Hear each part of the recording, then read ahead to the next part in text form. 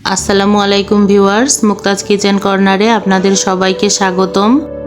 আজকে আমি প্রেসার কুকারে গরুর মাংস রান্না করব। তো চলুন দেখা যাক রান্নাটা আমি কিভাবে করছি।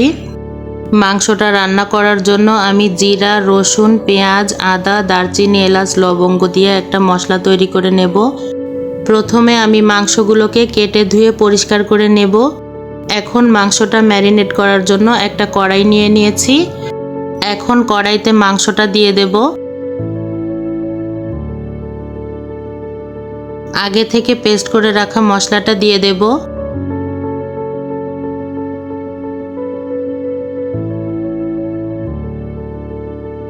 সামান্য পরিমাণ সয়াবিন তেল দিয়ে দেব। এখন পরিমাণ মতো লবণ, হলুদ, মরিচের গুঁড়া দিয়ে ভালোভাবে হাতে মেখে নেব।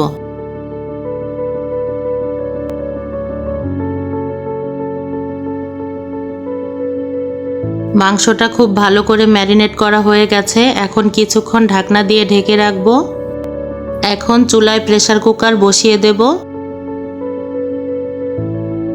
পরিমাণ মতো সয়াবিন তেল দিয়ে দেব। তেলটা গরম হলে পেঁয়াজ কুচি দিয়ে একটু নাড়াচাড়া করে হালকা করে ভেজে নেব।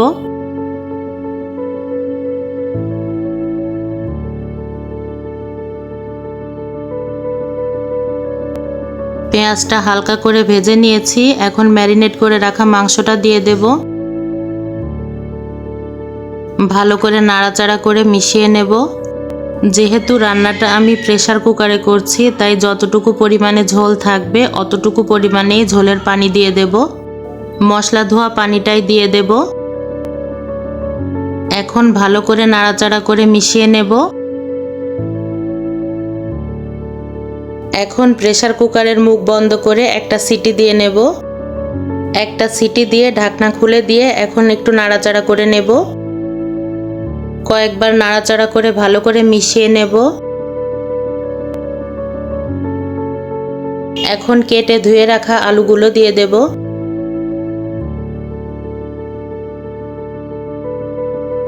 একটু নাড়াচাড়া করে ভালো করে মিশিয়ে নেব।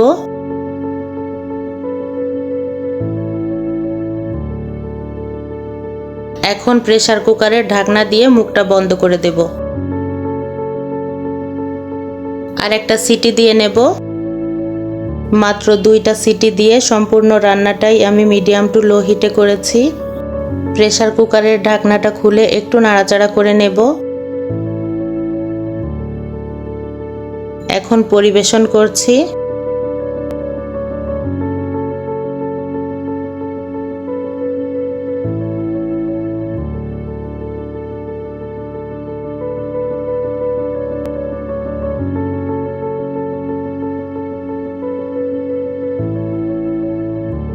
দেখুন রান্নাটা দেখতে কতটা লোভনীয় হয়েছে।